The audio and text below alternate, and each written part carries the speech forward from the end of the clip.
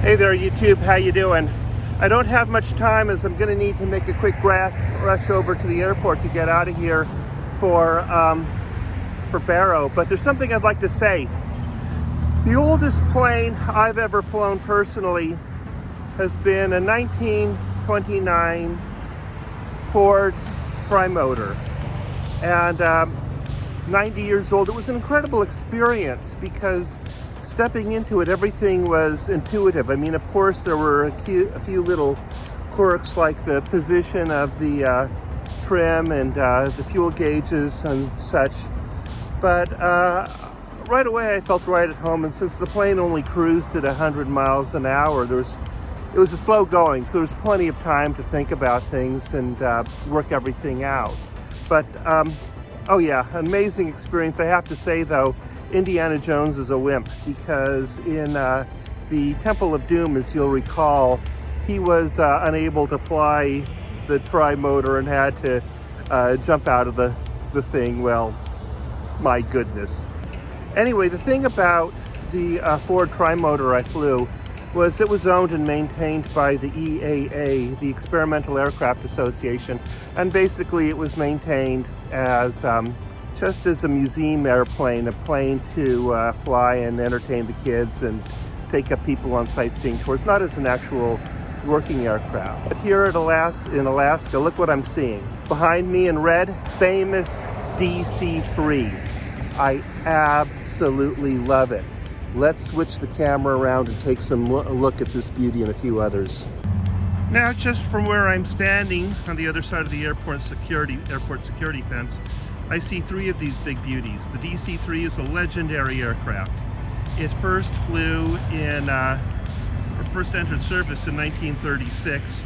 There's one, there's two, there's a third right there. And what just amazes me about this is they're not museum planes. They're being flown as actual working planes. And think about it, they first entered service in 1936. They're still being flown for their intended purpose. I would be willing to venture a bet that long after the last Airbus A380 is put out to pasture, the legendary DC-3 will still be flying.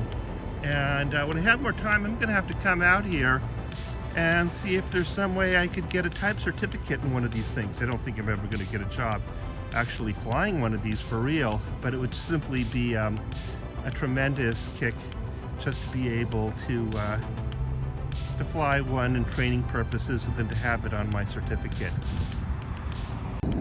So anyway, this plane is pretty cool for aviation enthusiasts such as myself.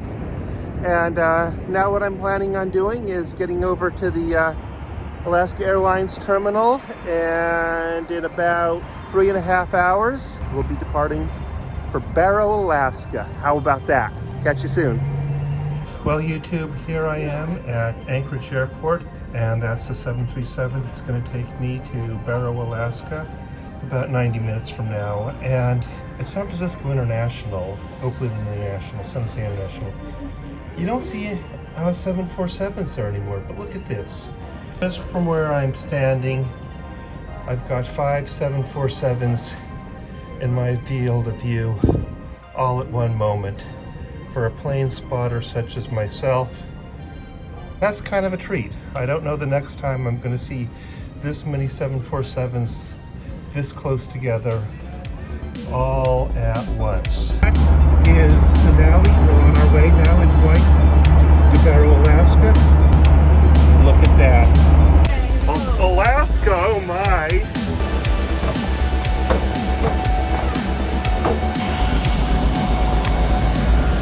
Well, I just arrived in Anchorage, Alaska, and I love the place. I just love it.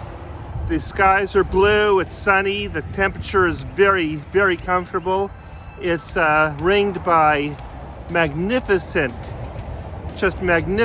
mountains, and it has an aviation culture that I don't think I've seen anywhere before, and I've just arrived here. It's the sort of aviation I love. Not military, not the big commercial jets, but general aviation, the smaller, older, propeller-driven aircraft. And so I just checked into the hotel, came back to the airport, and I just want to take a little walk and take a look at some of the stuff I've got here. Let's look at some of this stuff. Looks like an old DC-3, but let's go over to the lake here. I want to show you something. What we have here is this beautiful, beautiful little lake, which leads out to a place that can be used for takeoffs and landings. And all around the lake are general aviation aircraft, either amphibious or pure seaplanes. So this doesn't bother you too much or bore you too much, but it just keeps going. There's a Hawk XD. When I was starting off as a flight instructor, we used to refer to that as a noisy Skyhawk, because essentially it was the Cessna 172 with a constant speed propeller and cowl flaps and no other difference. So we referred to it as a noisy Skyhawk. And razor tail Cessna looks like the older classic models. Very nice, are very popular out here. I see some 182s on floats, I'm sorry, some 185s on floats. Actually, I think some 182s on floats as well. There's one right there. There's a Skywagon. There's the 180. And, you know, all just beautiful.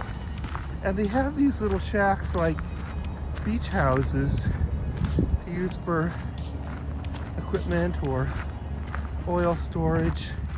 And then I see like just about a constant stream of Cessna, of de Havilland Beavers on floats coming in and out, which is an aircraft I really love. And the entire lake is just beautiful and just ringed by these aircraft. Over another part of the airport, I saw a number of DC-3s that are still in use, still serviceable, and that really kind of amazes me. Okay, there we go. That's a seaplane coming into land.